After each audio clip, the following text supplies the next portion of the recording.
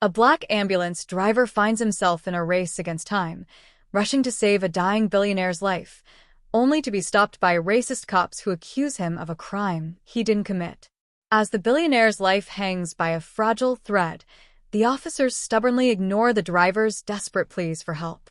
Will time run out before justice has a chance to prevail? Or will prejudice claim yet another innocent victim? The shocking twist that unfolds will leave you utterly speechless. Meet Miles Dawson, a 32-year-old, dedicated ambulance driver. With nearly a decade of experience on the job, he had witnessed countless emergencies. But tonight was unlike anything he'd ever encountered before. His patient wasn't just any individual, it was Leonard Hargrove, a billionaire real estate tycoon. Earlier that evening, Hargrove had suffered a massive heart attack at his luxurious estate. The situation was critical. Emergency surgery was his only chance at survival, and every single second was crucial. As the ambulance sped through the city, Miles cast a quick glance at his partner, Julia Morales, a seasoned paramedic with nerves of steel.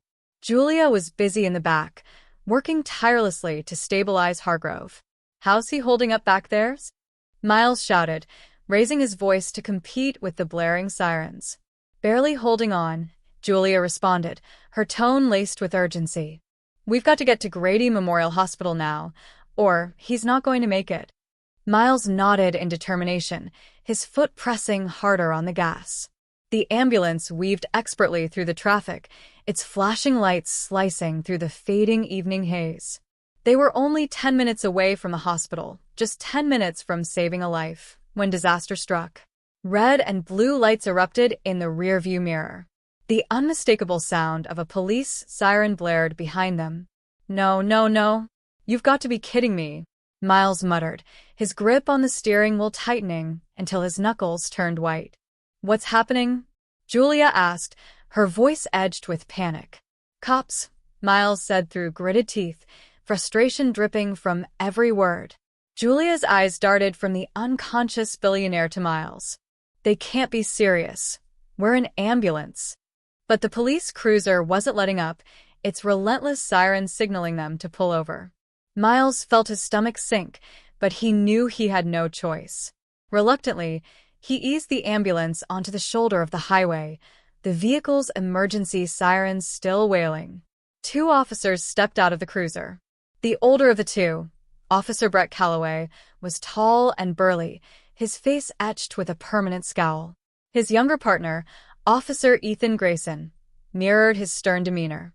Calloway approached the driver's side window, tapping it sharply with his flashlight. Miles rolled down the window, his voice calm but resolute. "Officers, I'm transporting a critical patient to the hospital. This is a life-or-death situation." Calloway sneered, his expression cold and unyielding. "Step out of the vehicle," he demanded. Miles blinked, utterly incredulous. "Sir, I can't do that. There's a man dying in the back." "I said, step out of the vehicle," Calloway repeated, his hand inching toward the gun holstered at his hip. In the back, Julia leaned out of the ambulance, her voice cracking with urgency. "Officers, please. This is an emergency. This man won't survive if we don't get moving right now." But her words fell on deaf ears. Grayson stepped forward, his posture tense, his hand also resting on his weapon.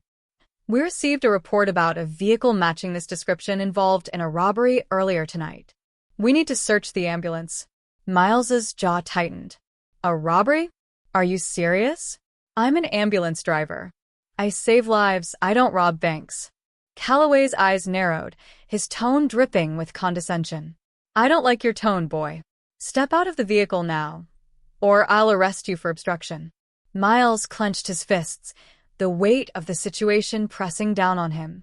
He didn't want to escalate things further, especially with the billionaire's life hanging in the balance. Left with no other option, he stepped out of the ambulance, his hands raised in reluctant compliance. Julia watched helplessly from the back, her heart pounding as she glanced between the unconscious Hargrove and the two officers. Time was slipping away, and every second felt like an eternity. Would they make it to the hospital in time? Or would prejudice and injustice seal the fate of an innocent man and a dying patient? As the tense situation escalated, Officer Calloway barked an order to his partner. "Search the vehicle, Grayson." "Now." "You can't do this," Julia protested, her voice rising in desperation. "This man needs surgery immediately, or he's going to die." But Grayson ignored her pleas, his focus unwavering as he marched to the back of the ambulance and yanked open the doors. Julia quickly stepped forward, blocking his path. Her eyes blazed with defiance. "You're wasting precious time. Look at him. He's barely breathing." Meanwhile, Calloway grabbed Miles by the arm, dragging him away from the ambulance.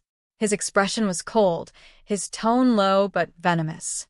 "You people think you can do whatever you want," he muttered under his breath. Miles froze, his chest tightening as the weight of those words hit him. "What did you just say?" he asked, his voice sharp and demanding. "You heard me," Calloway shot back, his words dripping with disdain. Always playing the victim card. Miles felt his blood boil, anger and frustration rising like a tidal wave. He had dealt with racism before, but this wasn't just a personal attack. This was reckless and life-threatening. He locked eyes with Calloway, his voice trembling with a mix of rage and urgency. "Listen to me," Miles exclaimed, taking a step forward. "There's a man dying in there. I don't care what you think about me or what prejudices you hold, but if you don't let us go, his death will be on your hands." Calloway smirked, his face twisted with indifference.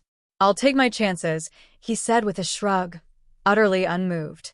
Inside the ambulance, Julia was working against time, doing everything in her power to keep Hargrove alive.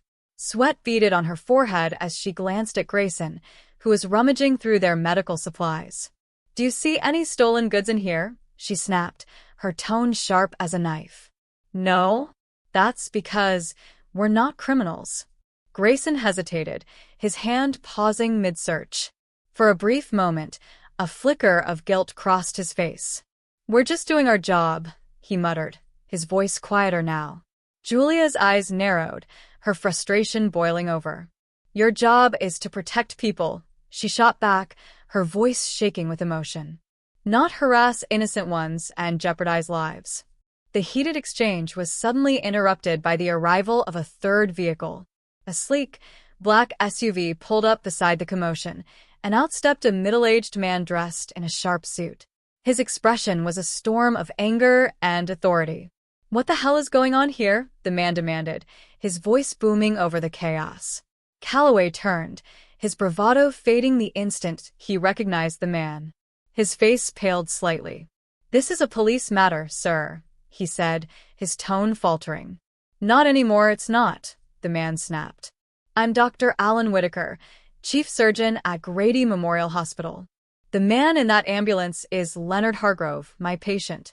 And if he dies because of your stupidity, I'll personally make sure you're both out of a job by sunrise." Calloway stammered, his confidence crumbling under the weight of the surgeon's words. "We were just following protocol," he said weakly.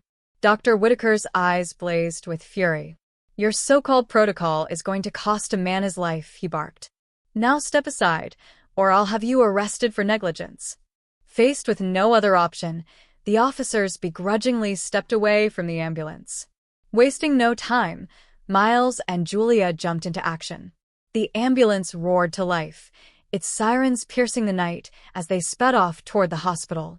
Every second felt like a lifetime, but they arrived just in time. Leonard Hargrove was rushed into surgery, his condition critical but salvageable. The events of that night made headlines across the country, igniting a fierce debate about racial profiling and police accountability. Calloway and Grayson were suspended pending a formal investigation, their actions condemned by the public. Miles, however, shied away from the sudden spotlight. For him, this wasn't about recognition or fame. It was about justice. He knew this incident was far from isolated, and he vowed to use his newfound platform to advocate for change. Standing outside the hospital as the first rays of sunlight broke over the horizon, Miles felt a glimmer of hope. Maybe, just maybe, this was the beginning of something better, a step toward a world where lives mattered more than bias. What are your thoughts on this powerful story? Share your views in the comments below, and don't forget to like, subscribe, and stay tuned for more thought-provoking updates. Together, we can inspire change. Music fades out.